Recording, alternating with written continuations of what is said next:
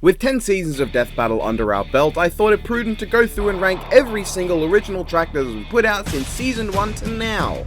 I don't want to waste too much time, but this video will be ranked entirely off my own personal enjoyment and how much I like each track, independent of its episodes. When it comes to how well they complement their episodes, you can generally see what I think by just looking at my reviews of those episodes, but on average they all match well, and anytime they don't, I'll probably bring it up in this video.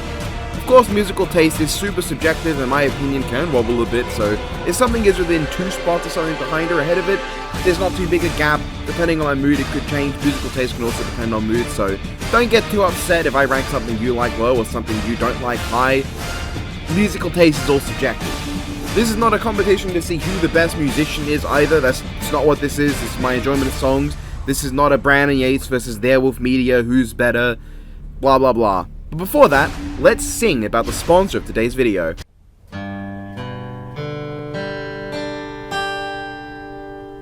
Actually, no, I'm not singing it, that would suck. This video is sponsored by G Fuel, your all-in-one, calorie-free, carbohydrate-evacuated, sugar-avoiding energy formula that's here to give you all the energy you need for some legit litness in your gaming. Isn't that right, Series 2 Zook from the hit game Skylanders Giants? Yeah.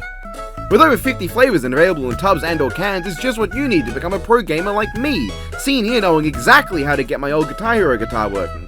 Comment below on how smart I am. If you want some, you can use the link in the description and code BLOODOACH for 20% off your order of G Fuel, not Guitar Hero. Just make sure not to drink if you're under the age of 18, and responsibly even if you are, as it does contain caffeine.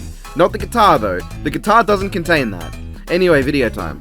I will say though that because Death Battle and Rooster Teeth's copyright is a bit wacky, if at any point there's a track playing that's not the track I'm talking about, that's probably because it got hit with copyright. I've had to replace those tracks with commission tracks by Brandon Yates or Theirwolf Media that kind of match the matchup I'm talking about. Probably not musical style because that'd be take a lot more time to think about what really fits. And if you're not seeing the video or the episode I'm talking about on screen, that means that video got copyrighted. So look, you either have to deal with that or get no video. Make up your mind. I think you'd rather compromise video than no video whatsoever. While Blood on Broken Glass can be kind of fun near the end of it, a lot of this track does not hit me in any way. It's a lot of repetitive sounding drum and guitar loops that do little to keep me interested. It's kind of just boring, which is funny because it's a track that most people don't even realize exists, and that's fitting and shouldn't change. I Am All of Mewtwo is a track. It's got some pretty cool moments, but overall it's actually just kind of okay.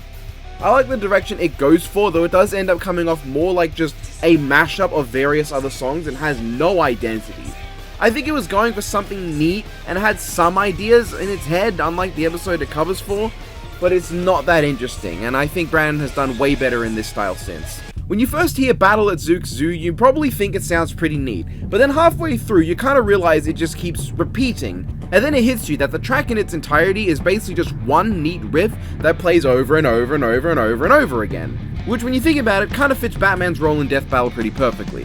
Black Widow vs Widowmaker maybe gets a bit too much crap these days. What doesn't get enough crap is Widow's Kiss, because this track is slow and boring. I understand why it is the way it is, and I do know what it's going for, but it just feels so uninteresting. It's trying to build tension, but something about it just only gives off the impression of what it's trying to do, instead of actually doing it. I will not be remembering this track. Good day, sir. I'm not going to count the vocal version of Olympus Mons, because that was not used in the episode, so we're only looking at the instrumental. And it's a lot better than the other track for this episode. It's an okay track that makes usage of the pipe organ, not a common instrument in Death Battle tracks, which does give it a grand and epic feel, kind of like a Final Fantasy boss. But this does also mean that fucking Ganon vs Bowser has an almost biblical sound to it, which makes it amazing how the animation could fail to leave any impact whatsoever when that's the shit backing it. Genuinely though, Olympus Mons is a decent track. It feels big, it sounds big, it changes at all the right points without being too repetitive. It's just kind of, you know, a little underwhelming. Titans of Magic has a great sound. Kind of. This track actually has a really neat riff. I love the usage of the tolling bell as well, I think it works great. But something about the mixing or the audio balancing sounds a bit off. It has an off feeling for a Brandon track. Brandon Yates tracks, to me, don't tend to show their age until he does a remaster, and then it makes me go, oh okay, that's how it could have been improved. But with this one, there's something about it that just feels old and outdated. I love to hear a remaster of Titans of Magic because the kind of track as is, while having neat moments, feels a bit discordant at times. And not in a way that feels purposeful, it just has a tinny sound that doesn't work for me. At first, American Phantom is pretty catchy and a bit of a bop. It's a cool sounding song, taking notes from Daniel's theme. But then as you keep listening, you realize that that's it. That's all there is. The song is very repetitive and seems to play the same notes over and over, and it's especially weird that it's notes from just one character and ignoring the other. It's above some other repetitive ones because of its catchiness, but it's way more repetitive than most of Brandon's songs, I feel. Off Bandicoot is perfectly serviceable at what it's meant to be, a short, catchy song that sounds straight out of Crash. It doesn't have much of an identity of its own, and I think if it wasn't for how Crash vs. Spyro had 2 tracks, nobody would talk about its music all that much. It's fine, but it's a bit repetitive, and it's pretty clear why it almost immediately switches over to the other song in the episode itself. Oh look, there it is, the part where I talk about how I'm not a fan of rap music. I'm not a fan of rap music, and Fight Like a Devil is one of those. I like the guitars at the end, I like the intro, I think the chorus isn't even that bad, but overall, both on its own and in the episode, it just does not work for me. Devil of the Night perfectly captures the feeling of a comic book movie theme, and that it's forgettable and uninteresting. There are certainly parts of Resident Rising that sound pretty cool, and I love the subtle piano throughout a lot of it, and the last 30 seconds are really good, but overall the track's kinda just repetitive and I forgot about it. If it was possible to make a blink and you'll miss it musical track, you'd probably have to base it somewhere around Sirens of Combat. Outside of one short bit where it feels the guitar's got more energy for a few seconds, Sirens of Combat is a track you're very unlikely to remember the moment you start to hear some white noise the second it's done. It goes for a heavy guitar vibe, but it does not capture it the way a lot of Brandon's other tracks do. And the choir I think I can hear is very underspoken pun. It's just not very exciting, and it being so short runs one of 2 possibilities into my mind. Either it's a good thing that it doesn't overstay its welcome, or it's a bad thing that it's boring and also so short it has no time to leave an impression. The only thing that puts Webbed Wings above Sirens of Combat is the sick riff in the back of it that starts about 2.5 minutes in and then ends like 20 seconds later and cameos again at the end. It's shockingly forgettable and leaves no impression outside of the one moment. It's probably most memorable for the fact that the most prominent musical motif in it is the Danny Elfman Batman theme, a theme from a movie that does not feature either character. Beyond 2099 is not a bad track by any means, but it genuinely is being hard carried by the insane guitar solo that makes up its middle. The start is fine, a bit boring, the climax is pretty good, it charges up, it gives a dynamic feeling that the tension's going well, but it's the guitar solo that helps out a ton, and even then, can't give it that stunning a rank. A lot of what's in Dragons and Dumplings on its own would be really good. The usage of drums and woodwind instrument sounds, as well as some traditional Chinese string instruments, gives it a very unique sound in Death Battle.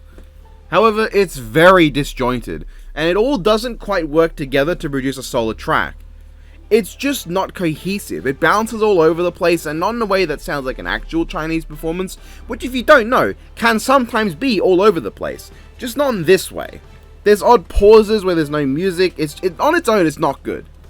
There's only one really memorable moment near the end which sounds like a cohesive piece of music and it's glorious, but it doesn't save the track. If It Bleeds, more like If It Bangs, which it doesn't. If It Bleeds tries to go for a suspenseful sound, and while it kinda captures that at points, it doesn't really work for a lot of it. It sounds very generic action music that nobody would remember. Which fits, because I don't remember it. I don't know, it's not very exciting. Thank God It's Halloween was so greatly saved by a portion of music near its end, which was pretty exciting and tense, but the rest sounds, honestly, not even like a horror movie suspense track, but the build-up in that track without the main part that really takes off. It's an okay track that kinda fits both and kinda uses their themes well, but it's not anything noteworthy to me. Honestly, Unlocking Heaven is kinda forgettable. I don't even know what makes it that way, because I do like the track to an extent. I just feel like it's a very the Brandon Yates track of all time. It sounds like the sort of music you'd expect from a Brandon Yates death battle track, but doesn't have the oomph of your average one. I managed to completely forget my way through Princesses of Wonder. It's not even inherently bad. It has a good feeling of grace and like an almost orchestral feeling, but something about the track in general is very by the numbers, very autopilot, a track I listen to and think, oh, it's over when it's over. It has a cool ending at least, and that's what helps carry it above some others. Sea Salt Ice Cream kind of is the cutoff point between tracks I feel nothing to or I think are outright bad, the tracks I feel nothing to but there's something I like. It's not a track that really belongs here musically, it's a more relaxed song you'd hear in a comedy sequence for Ace Attorney, but it's serviceable for what it's meant to be. There was a time where Kings of Infinity was my all-time least favorite track in Death Battle, but this is not that time. Today, this is one of the absolute funniest tracks in the series to me. I still don't really like it on its own merits. It's a straight up rap track that does not really work for me and my taste in music. I think it's so goddamn slow that it gets really boring really quickly. And it's so fucking long without enough real variance or intensity to catch my interest. But god, this track has become such a meme both among its detractors who do so ironically and its fans that love it genuinely.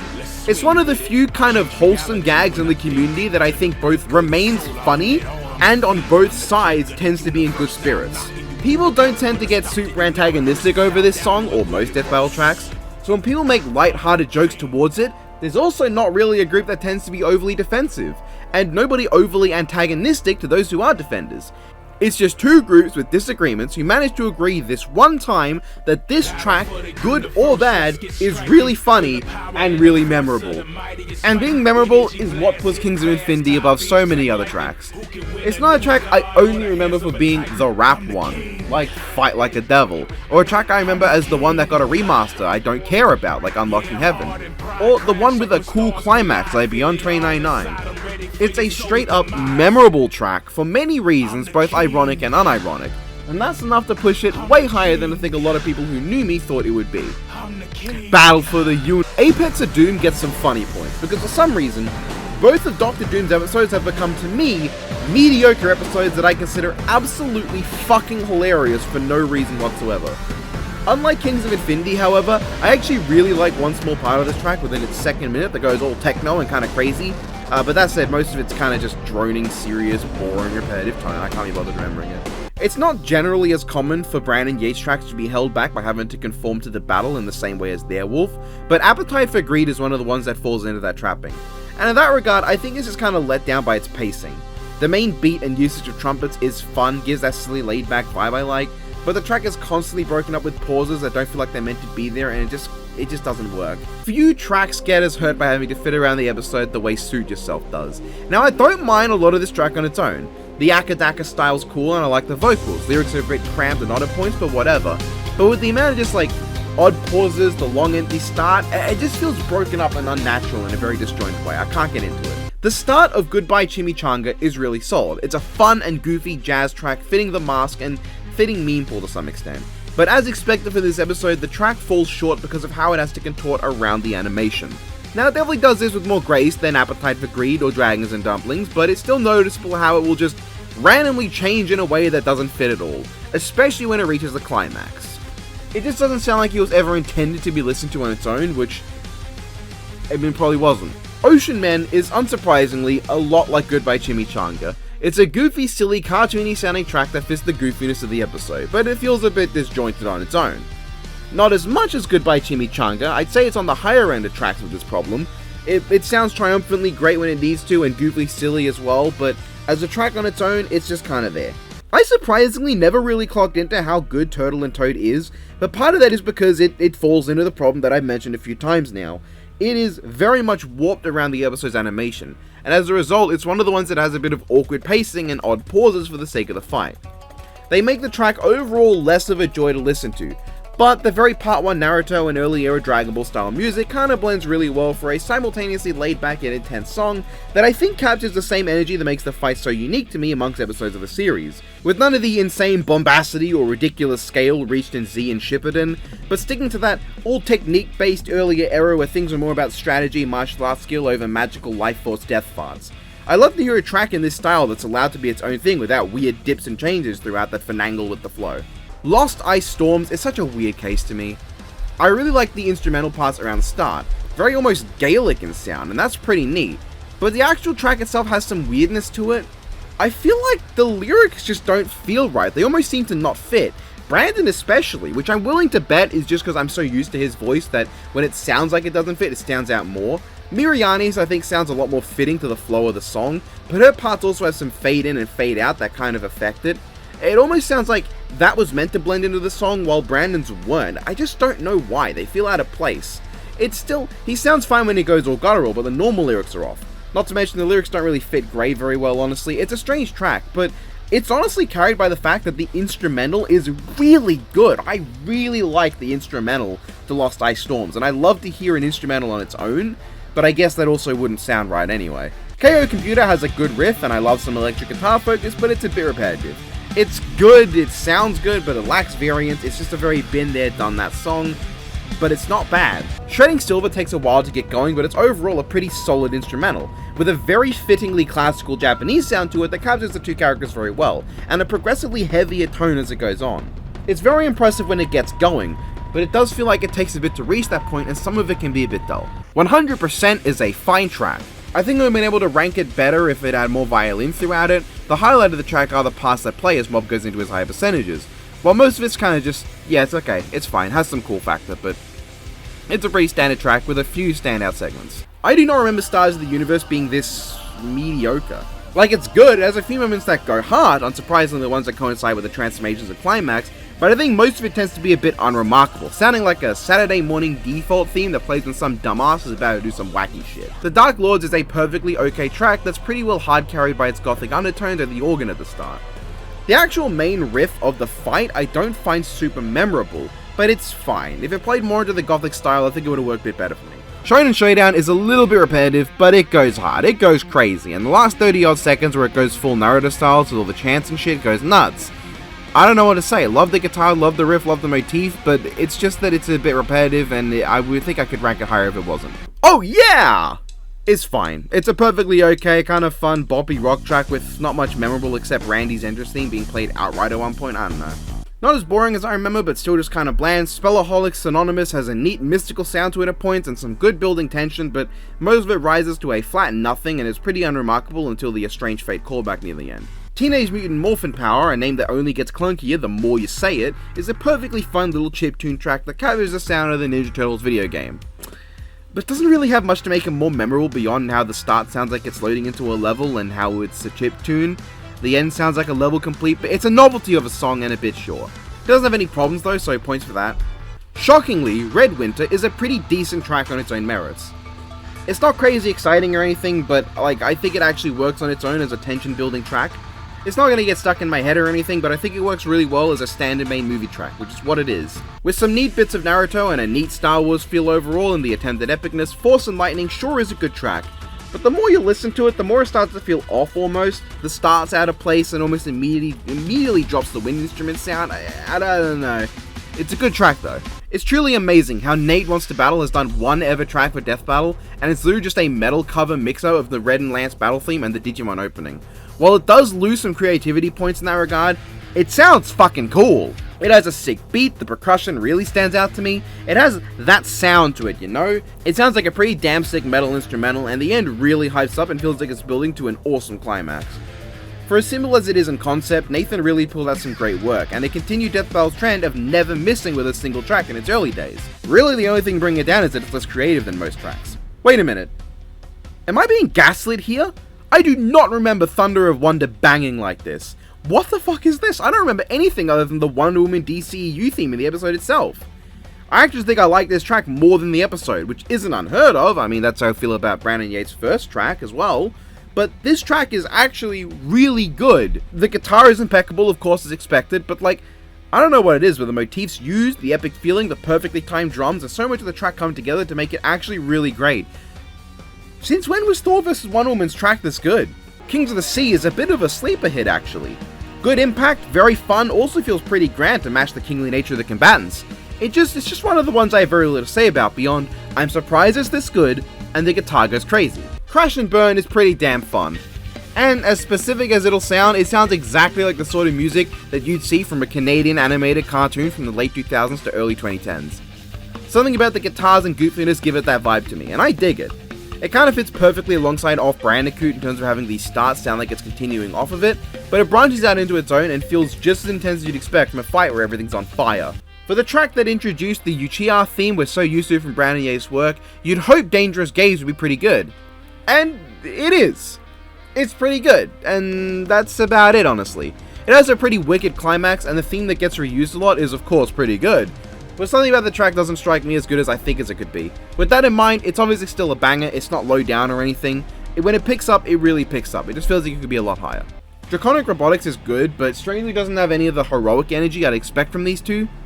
Just given how heroic Kiryu's theme is and how Tommy's theme sounds, That said, it's still good. It's heavy, it's weighty, it has some great percussion in it, the Power Ranger motifs are neat to hear, it's a very solid track, it's not one I'm in love with. Brandon is normally really good at making me bop to jazz way more than I normally do, and Full Course Will kinda does that, but I felt all in all it was just a bit repetitive and kinda wore out its welcome near the end to me. It's still a solid song and definitely more entertaining than the episode it accompanied, but it was just sort of there. Probably most notable is the track referencing Lady Killer, the track Brandon did for the 1 Minute Melee in the same matchup. Fallen Gods is straight up just a rap track between Apocalypse and Black Adam. And you know what? Fair play, it's kinda sick. With some really funny lyrics that vary from genuinely good to the iconic I'm powerful, I punch the best, which is just absolutely hilarious. Fallen Gods has some banging moments where the two are just going at it, but I think what's around it doesn't work for me. The instrumental's a bit too slow and a bit boring, the middle when they're not rapping is kinda whatever, I like the vocals in the back within the second minute, but the first set wasn't that amazing. Fallen Gods is a mixed bag, but I overall do enjoy it. Not Actual Size is fairly decent, I don't know what else to say. It's a neat combo of 60s rock and some motifs from the Ant-Man theme in EMH, it's there, it's fun enough, it's good. This is it, the current main theme of Death Battle since Season 5, Whizzin' Boomstick by Brandon Yates. I'm not putting Invader on this list, it was not made for Death Battle. And that's the one that will always be what I remember most for Death Battle, despite it only showing up in the first 4 seasons. But Whizzin' Boomstick I think gets overshadowed by constant comparisons to Invader. On its own terms, it's a really solid theme. It sounds good, has a good vibe, it works well. All in all, it's a very solid track. The start feels a bit weird, but that's because I'm so used to the drop that when it builds up to it instead of just coming immediately, I feel a bit odd. That Snow Moon is truly a track at its peak within the episode itself, but even on its own, it's no slouch. It feels cinematic, it feels climactic, it has the Imperial March and Brandon Yates' original, the UTR theme in it, but I don't know, I can't say I feel much more than just, yeah, it's good.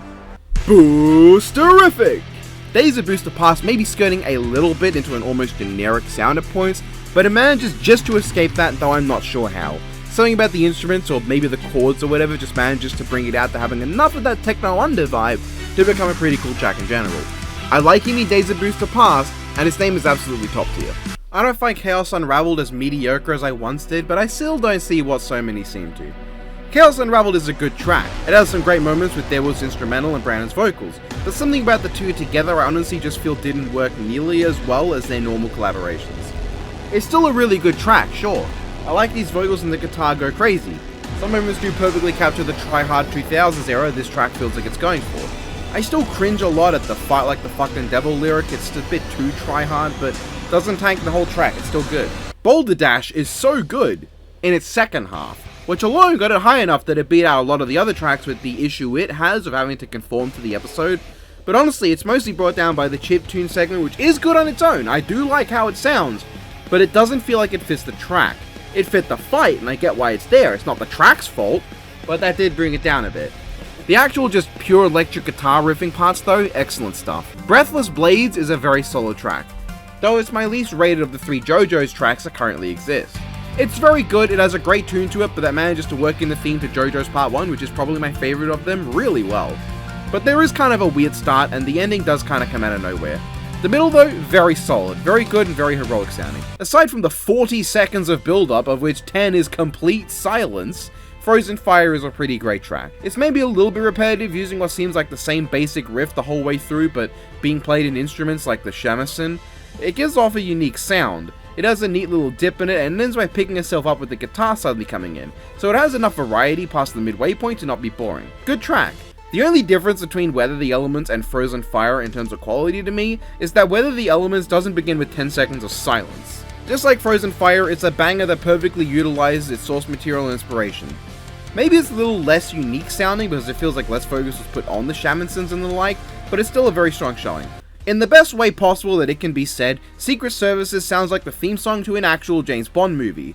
The instruments and tunes sound exactly like what I'd expect, as a jazzy action song with bits of suspense, bits of the silly, and bits of what sounds like fun. It feels like many parts that can be taken and slotted into Bond scenes to fit the vibe. In that context, it's fantastic. At the same time though, it's one of the most blatant tracks in terms of failing entirely to represent the other side of the matchup. It's great with James Bond, but not really John Wick, and that does bring it down a smidge. Final Breath is a great track. After all, it's basically just let the battle begin with some Legend of Zelda chorus throughout. Which on one hand, I adore that track as one of my favorite Final Fantasy battle tracks, but on the other hand, it's kinda just a track you've heard before if you played Final Fantasy VII. So while it is good, it's one of the less notably altered from its source material that, I don't know, it's still got a lot of great moments unique to it, but, you know, yeah. Gods of Destruction is a very simple track to me. It goes heavy, and sometimes it goes more heavy, and I cannot fault it for that. It feels powerful and daunting, and when it decides to really go in, either with the electric guitar flying full force or the chanting choir, it really goes in. Simple as that, the track is all power, but it's good power. Death Race's iconic Madness in Venom is yet another track I never noticed was a banger. It exudes somehow a gothic tone, despite mostly coming around as a heavy metallic techno beat that captures, honestly, not the kind of horror I associate with either character, but more so horrors like the Tyranids flood of the Thing. Even the This Is Halloween bit actually flows in really well, which I did not expect, because it stands out a lot as a weird cut into the flow of the episode's animation. But that's not even remotely because of the track, which blends it in pretty seamlessly. Actually a surprising banger, better than the episode itself in my opinion. Hold on, is there actually a reason people disregard Satsui no Sakai as bad? Did I gaslight myself into thinking this was mid all this time? Cause Satsui no Sakai is genuinely kind of a banger. It doesn't really fit the fight in my opinion, and the episode itself was slow and lame, but the track certainly isn't either of those verbs. Managing to sound really fun and imposing without either side really clashing with the other. It's generally pretty solid, I don't know. Mind Over Matter was this close to being declared mid with a neat vibe. That vibe being the kind of early sci-fi film black and white yada yada vibe. But the final minute coming in with the vocalizations, the kind of haunting and uncertain aura, the build up into that last moment, that saved it, makes this track actually kind of epic. Wubba Lubba Alonzi is a pretty fun track. It's really at its best to me when channeling the Doctor's theme, but the orchestral bits are still cool and do add to the larger than life feel that the Doctor brings about. I don't know what else I have to say. OneWinged Devil is brought down a little bit by how it's kind of not featuring the most exciting intro. While fine, the first third of the song doesn't do too much to me, but around the minute mark, the guitar goes crazy, the tunes go wild, it starts getting damn good. And that's saying nothing of the final minute burst straight into the iconic guitar segment of OneWinged Angel, which naturally fits perfectly, and even if you didn't watch the death battle, you probably immediately picture either Sephiroth's resurrection from Advent Children, or outright the Supernova from Final Fantasy VII. It's amazing what a few iconic chords can inspire, and it's sick as fuck. What's Up Danger is a rap track, and yet I kinda dig it. Part of it has to be that Spider-Verse's music surprisingly appeals to me, and the track really manages to capture that sort of sound. But also it's just nice that it's not super slow or anything, it goes at a fairly reasonable pace and I appreciate that a lot. The electronic sound obviously fits the matchup, and I think some of the bars actually are pretty decent, unlike some of Death Battle's other rap outings, so I did manage to beat the Nemesis Hates rap allegations. I'm not entirely sure how I feel about Jailhouse Rocket, but I say I really like it. It's going for an Elvis sound which makes sense and fits well. The lyrics are a little bit hard to understand, but I guess that also kind of fits. It's a pretty fun song and I do enjoy it.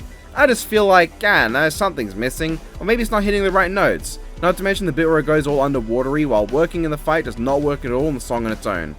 I don't know, why didn't they just apply that effect in the edit instead? Despite that, I think it's just fun enough that I'm able to rank it this high. Brandon Yates has had a career before Death Battle, and has indeed made plenty of banging music without any connection to verses. Even with that in mind though, what a way to break into this show. Alive is a track that I flip-flopped around, but man, to get it out of the way, yeah, the brief rap moment doesn't do it for me, and I don't really like it that much. I like it way more in the 2019 version, but that should not be a surprise, because that version is way superior. But that's not to say the 2015 classic is bad. No, even today it gets the hype going in me. The way Brandon goes in when it's time to advertise that he should be observed arriving before dying is still insane. And while the audio mixing definitely isn't great, something about the way it muffles Brandon's voice almost makes it feel like he's fighting over the sheer power of Goku and Superman to try and be heard through the intensity of their clash. It's definitely just a way to see it that gaslights me into thinking the song is better than it is, but it gives it a unique quality the better version doesn't have. What can you really say about Alive beyond that, honestly? It's one of the most iconic tracks in the entire show's history, along with Goku vs Superman, Invader, and Wiz and Boomstick. It's legendary to this day, and even the part I don't really like cannot pull it down. Goku vs Superman 2 is pretty good. This one is awesome. It's a little shorter than the original and feels a lot quicker, but It's basically like a sped up version of the first one that's more actiony but doesn't have as much awe. When we get to the original, just imagine everything I say for that applies to this one, but much less. Similar to Alive, I think the scuffed audio mixing in the original version of EXO kind of helps it in some ways. Not enough to surpass its 2019 remaster, because my god, how the fuck did I never know this track got remastered, because the new version is so good. But I can easily interpret the old version's scuffed muffle sound as being the two basically screaming through their own bloodlust and incomprehensible mad states for going at each other, crying through their pain and their own suffering to get any word out they can. Either way, it's still the instrumental that makes this original version. It's heavy, fast, brutal, and I love it. It's not the most vicious Brandon can go, not even close, but it's one of the heaviest he's gone for Death Battle even to this day. I guess Death Battle doesn't have the balls to make him go for some grindcore or symphonic black. EXO is pretty intense and rocking, but the 2019 version rank a lot higher because it goes insane. Metal Lotus is in many ways the better EXO. I don't think I prefer it to the 2019 version of that song, but definitely to the original. While the scuffed audio of EXO gives it charm, Metal Lotus sounds wicked. It sounds very Revengeance, which is what it's going for, so points. Werewolf and Brandon as a team pretty much never miss, combining the best of both into a fast-paced metal track that's really catchy and purely wicked. A fast and heavy instrumental commented with Brandon's vocals? Sick, though it does end a bit abruptly. Retro Rivals both sounds like a wicked battle track for Mario and Sonic, but also like a celebration. It feels celebratory in a way that I don't think I could explain. It has that vibe though, you know? Which fits both a long-standing rivalry and the 100th episode of Death Battle. With plenty of fun motifs from Mario and Sonic sprinkled throughout, a lot of variation across the track that works a lot better than some of their other tracks that mold themselves around a fight, a very solid musical tracky thingy. Forevermore is an excellent melding of the classic X-Men and Teen Titans themes that everybody knows and loves. While it can at points sound a bit cluttered when it switches between them, that's not very often in this song, and normally it either transitions seamlessly or it just melds them perfectly. It's a track that feels both very intense and also exciting, making for a spectacular bit of music that I honestly think is a highlight of the episode is attached to. Brandon Yates, you motherfucker, you just had to go and do it. Inhuman is a rap track that I think is an absolute banger. And not just because the chorus and all that isn't rap, so it's like, oh, it's only kind of rap. No, I even like the rap segments. SWAT's round is pretty damn good. It's fast, I like the bars, it's real fun. But I think Sparks is my preferred, having a lot of aggression and impact to everything he says. And of course, the chorus is great, it flows really well after each round. The track has a lot of character to it, I like that a lot. It's not just two characters talking shit like Kings of Infinity and Lost Ice Storms, where it's just two people talking to give the impression that it's the characters. Here it really feels like Cole and Alex talking shit. They say the sort of shit that I'd expect. Their ways of trying to one-up each other works. The kind of try-hard bars really suit and aren't distractingly try-hard. I just like Inhuman. Screw you, Brandon. The fact that he worked in It Was Me so naturally into Reverse Rosé is a testament to what Brandon can do when he puts his mind to it. Reverse Rosé is a very solid track, and I think it would have been higher if, I don't know actually. I feel like it's missing something to grab me, but it's still very solid obviously. It's way up here and I like it a lot. Stronger Together is infectious, there's no other way to put it. Brandon took what could have and seems like it'd just be a mashup between Power Rangers and Voltron's main themes, and somehow managed to make it his own thing with its own identity. Something about the guitar, both his and also the epic ending solo by Mason Lieberman, just goes crazy. It sounds exactly like what I'd expect from Power Rangers. In that regard, it does lose some of the Voltron feel, but this feel like it's cool. I'd pay to listen to this. It's impossible not to get this stuck in your head. It's often said the best part of Ed vs. Aang is the track, and that's because Elements of Alchemy plays very closely to its roots.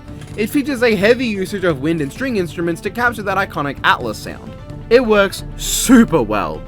Even the weird breaks and pauses kinda work, because it's not uncommon for this sort of music to feature some. It leads to a really good song, and ends with an honestly chill-bringing Avatar theme segment that really deserved a better sequence in the episode than it got. I don't know what part of this track comes from Full Metal Alchemist though, so this track could be perfectly matched in the episode in that it does not care about Full Metal Alchemist. Normally when a death battle track involves shredding guitar, people assume it's from Werewolf, but tracks like Way Past Flash exist to remind us all that Brandon is just as capable of it as well, giving us an exhilarating track with an epic electric guitar focus, sounding pretty much straight out of a Sonic the Hedgehog game, especially with the incorporation of Live and Learn into the riff, which works in pretty damn well without being distractingly obvious. Just a solid hard rocking track. Heaven Over Hell is saved a lot by the presence of a heartbeat type sound at various points of the track. It manages to utilize its electric guitar that complements its gothic Victorian era vibe, dark tone, and foreboding energy extremely well too. It's a track that begins with calm jazz and then just doesn't hold back with simultaneously going hard and yet never dropping the gothic sound. The inclusion of Jotaro's theme at the end is also really funny and yet works perfectly and matches the jazzy sound the track began with. It's surprisingly better than I remembered, and by a lot, it's great.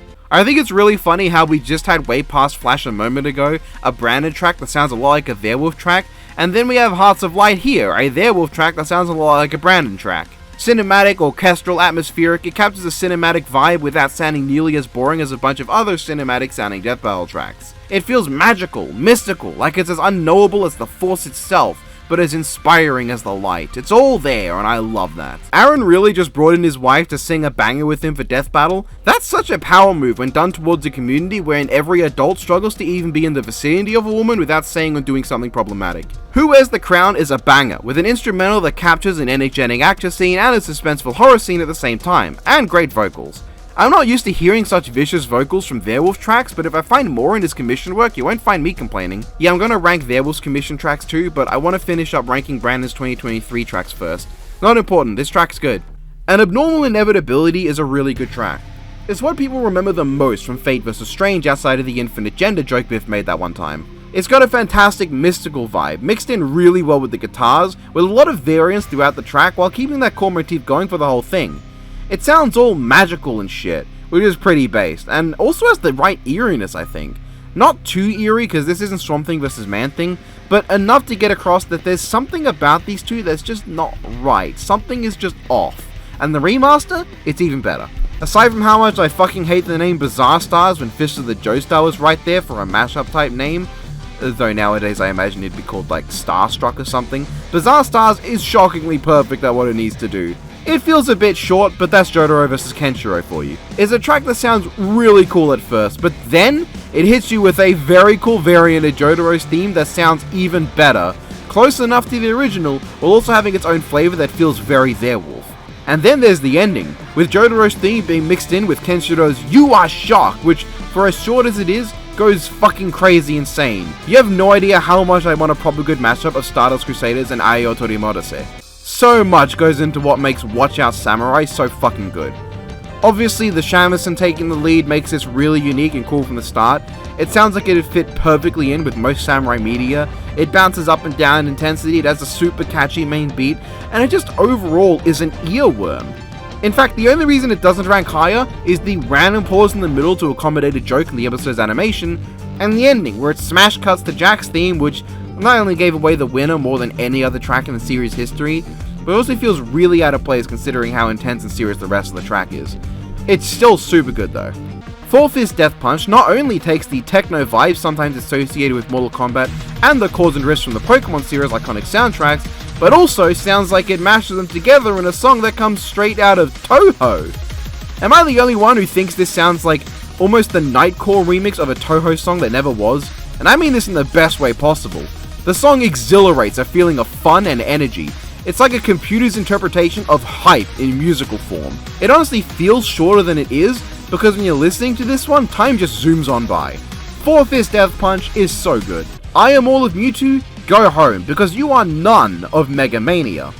An absolute banging track that manages to sound somehow perfect for the games of all 5 featured Mega Men, despite the different generations and console they come from. It's such a distinct sound, and I mean, the sound kind of screams of Mega Man X in particular, but it's not something alien to any of the Mega Man. It rocks and it socks and it fits the fighting robots. The guitars go wild, but I really want to shout out the drums, because I think they kind of bring this whole track together by adding the major impact needed to the back of the track. It's simply put, overall, an extremely good track that screams of a sprite-based era, and I can't even say like 8-bit or 16-bit, because I think it's the kind of track that can be bit-crushed to any sound chip you want and it would sound great. Here it is, the first ever track, original to Death Battle, and holy fuck, there is no word to describe Goku vs. Superman other than epic. For a track that's not even 2 minutes long, it's hard to really consider this anything less than a perfect representation of the sheer awesomeness of the matchup and characters, the insane power of the combatants, the insane history and importance to the community of the matchup, If anything, as time has gone on and it has become the most iconic episode of Death Battle and an important piece of the show's legacy, this track has only improved in that regard. This is not just a track that I think perfectly encapsulates its matchup, but it perfectly caps off the first season of Death Battle. That season is not perfect, it's not even all that good, but it's the beginning of something that has become beautiful, a hub for so many people of many different fandoms and interests to come together in mutual enjoyment of a single hobby. What an amazing track. It's phenomenal. There's few ways to describe it better than that. You Have Failed the City is, in my opinion, one of Brandon's most criminally underrated tracks. I think about this one all the time, but I don't know why. Is it the harshness, the beat, the speed, the riff? I don't know, it just works to me.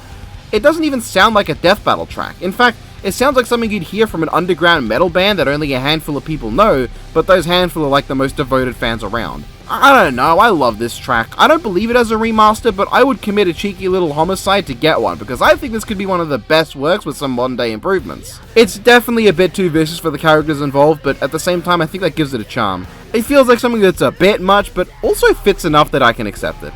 I know this probably shouldn't be up this high, it's technically not up to snuff with modern works. I feel like, I don't know all the words for it, but it hits me in all the right notes to make the neurons in my brain fire off from all the headbanging I'm doing while listening to it. That said, as a metalhead, a bit of violent head trauma from intensive headbanging is about the norm. I mean, I can't get through Hammerfall's One Crimson Night without feeling like I'm having a next morning hangover. Emerald Heroes has some weird lyrics, but it has a very unique sound and I rate that highly.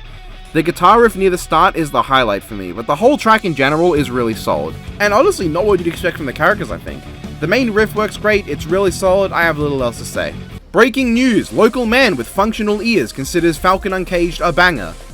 Like, what else can I say about it? Falcon Uncaged is awesome. It has that energy, you know, it's high energy fun. The insane guitar solo that explodes out in the middle backed by wild drums works. The percussion adds so much impact alongside the nuts guitar. Everyone loves this track and it's not a mystery why. Am I losing my mind? Are you lot gassing me? Why does nobody ever talk about how much Ride Into Hell rocks? This is a pure electric guitar and drum spectacular. It's nothing but hard rocking metal goodness front to back. And it's funny, because this is the kind of track I'd normally say is kind of boring, because it's just your standard rock fare, but it's different enough and heavy enough to give itself its own flavor. Especially past the minute mark where it really takes off, with both an exhilarating middle and a sick ending that's pure metal electric guitar madness.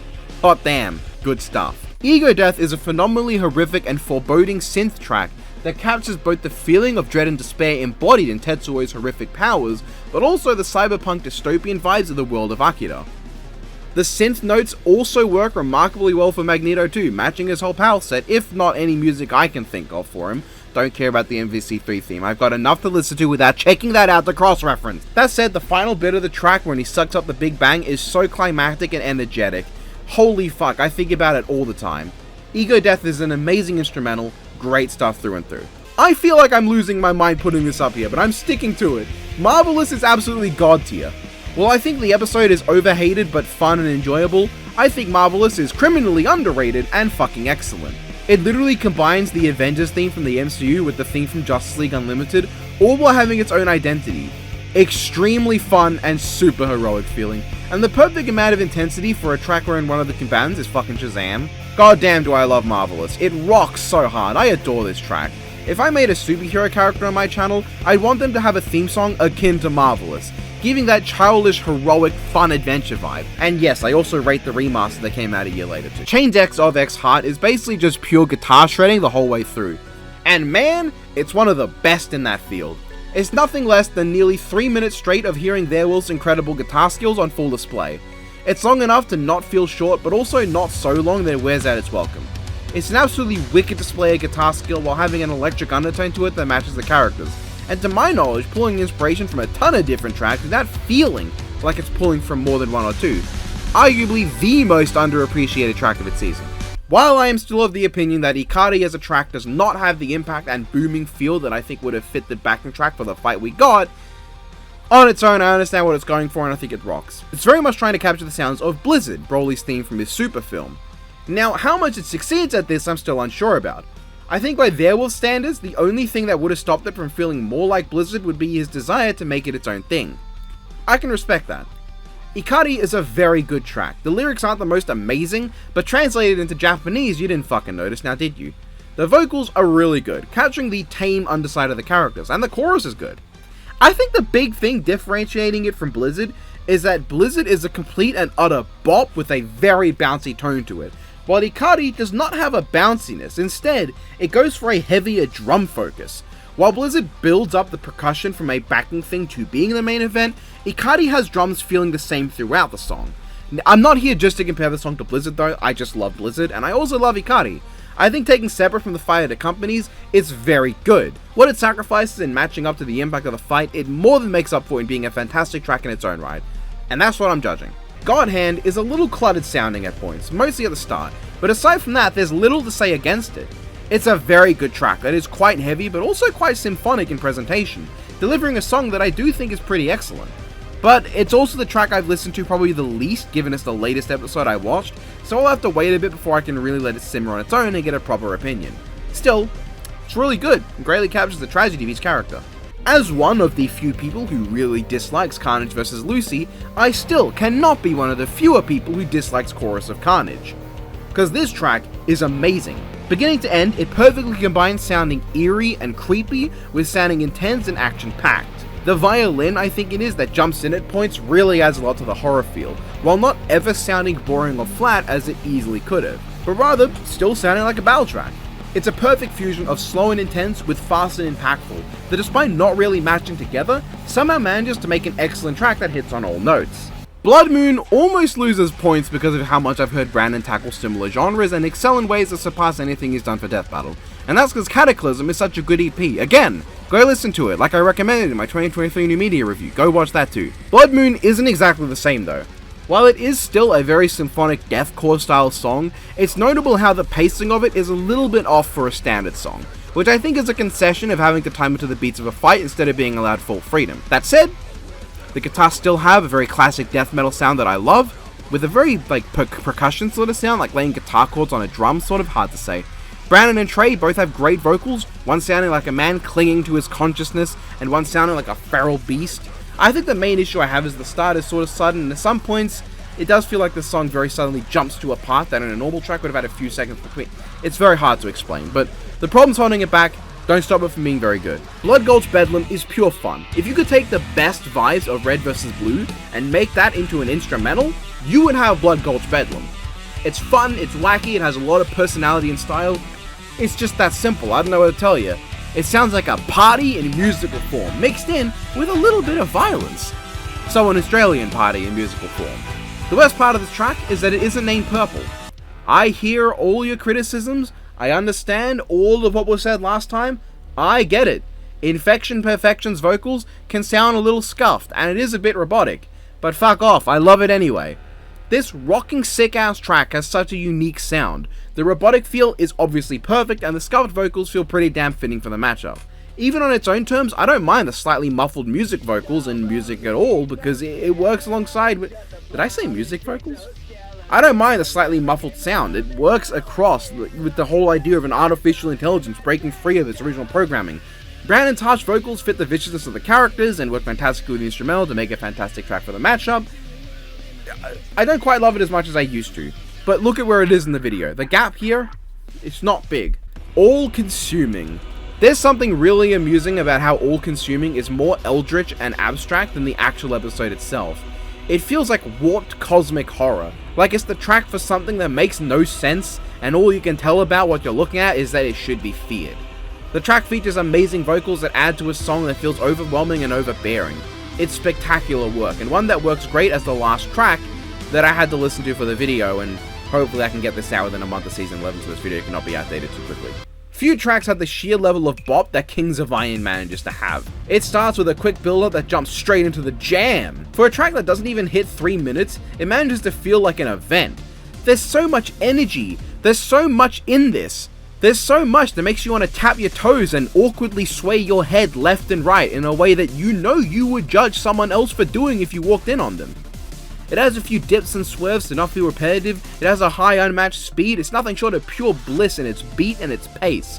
It feels not only like a dynamic, awesome battle track for a final boss in the most insane anime you've ever seen, but also like what you'd hear at a rave. but if rave music had any sense of personality. I love Kings of Iron, it's fantastic. For someone accused of hating RWBY, it sure is easy to get on my good side by playing into it, because Winter Sonata plays perfectly into my favorite instrumental elements of the Mirror Mirror series of tracks, which are among my favorites in RWBY. The piano-violin combo creates one of the most majestic and harmonious tracks that has ever come to Death Battle, managing to come together into an absolutely stellar piece of music that works perfect for the match. It gives it the elegance and rhythm expected without losing on the intensity and tension. Fantastique. No, I'm not gassing you. Mad Laugh Riot is this high. I love Mad Laugh Riot so much. That might come from bias to Furukuchi Mana, who is the GOAT, and I love all of her work that I've listened to, but I love this track. The fun circus instrumental contrasting with Mana's vicious performance is great. Her ability to switch from just standard singing to that snarl of hers is glorious, and I love how the track builds up. I love how manic and wild it feels. The crazed laughter near the end just adds to it too, and as one of the people who knows about Brandon's Jinx vs. Vi track, I even appreciate the reference to that track's lyrics. I love it. Hol Dreams is about all I could have wanted from a Mud Eisen track. Sick vocals, cool lyrics, great instrumental with really noticeably impactful percussion. It just sounds wicked. It's a lot of what I'd expect from the track, and trying to say things about it is a struggle, because it really is as simple as that. This is going to sound strange, but I think my favorite part of Dragon Dance is actually the build up to the start. Now the whole track is fantastic, the vocals are a highlight, the guitar solo at the minute-and-a-half mark is something special, it's not lacking. I just really love that build up, it sounds so fucking good and intense, it gets stuck in my head all the time. But yeah, the lyrics are still fun, it contains references to Alive, which is great, the music is great with motifs from Chala Head Chala and a few other Dragon Ball tracks, it's a really good song. Strongest Alive does a fantastic job of sounding like its own track while also including references to Marvel for All and Mighty, which makes it just incredibly frickin' sweet. It sounds heroic, but in less of an all-encompassing way like Mighty, and more in the, it's on his way, there's potential here. This isn't the track of someone who's gonna save you and barely break a sweat, this is the track of someone you don't know if you should have faith in, but they will try their hardest and put themselves on the line and risk everything for the salvation of your life. Now admittedly, it sounds just like a Hero Arca style track, I can't comment on if it represents Black Clover, and just like the episode itself, it seems like Clover fans are incapable of agreeing on whether or not it fits Black Clover. So I'll just say, no comment, track is sick, story time over, close the book. A type of track I don't think anybody would have expected on Death Battle, Princess of Pride is Viking metal, and that's sick. Great vocals, very impactful instrumentals, sick guitaring, generally powerful feel, plus Pride track, love to see it. Super is fantastic. It sounds so fun and so exciting. It has so much energy and joy to it. It feels like a good time turned into a track.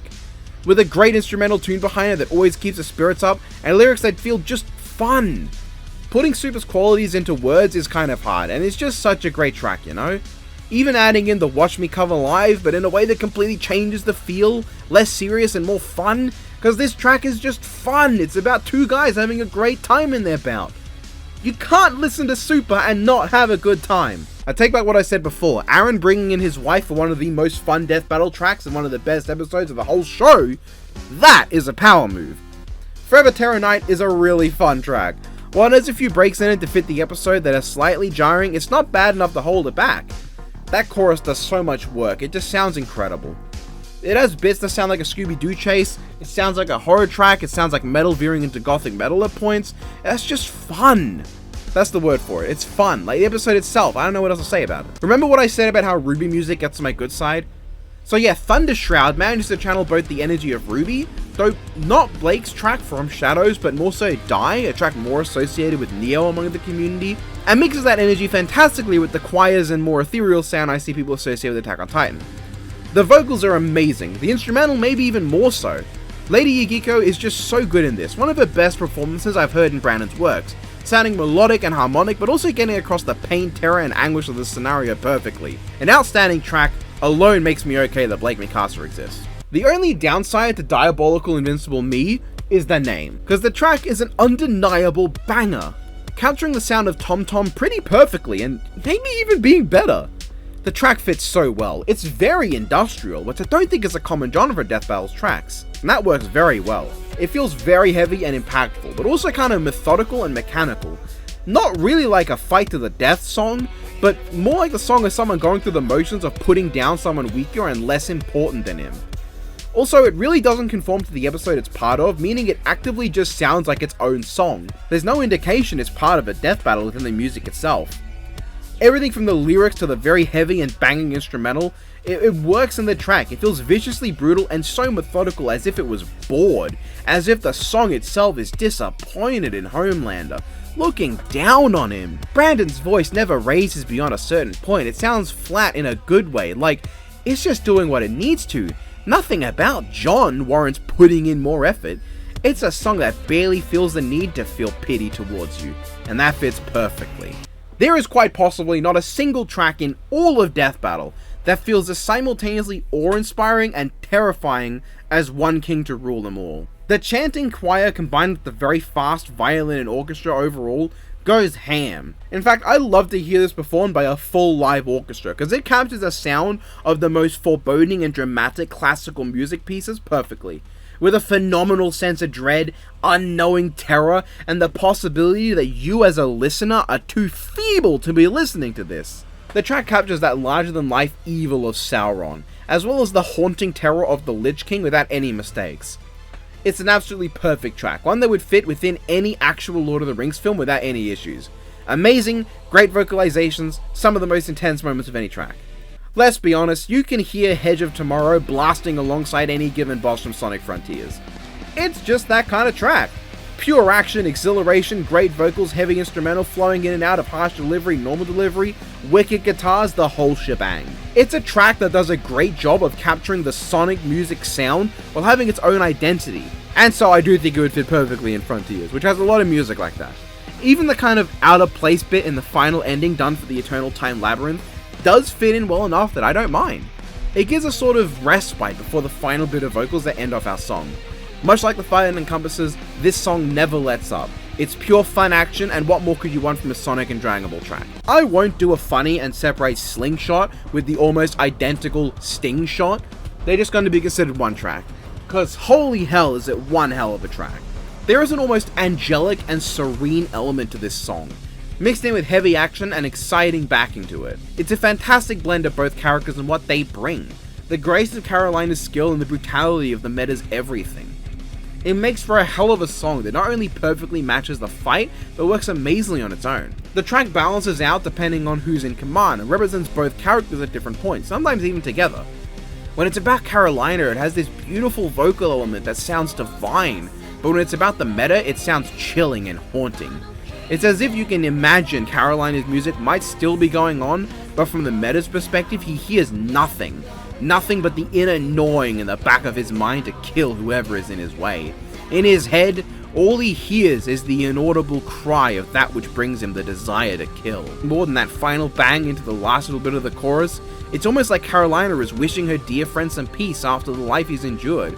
Final peace and rest at last, it's a beautiful song, an absolute banger, an all-time banger of the show.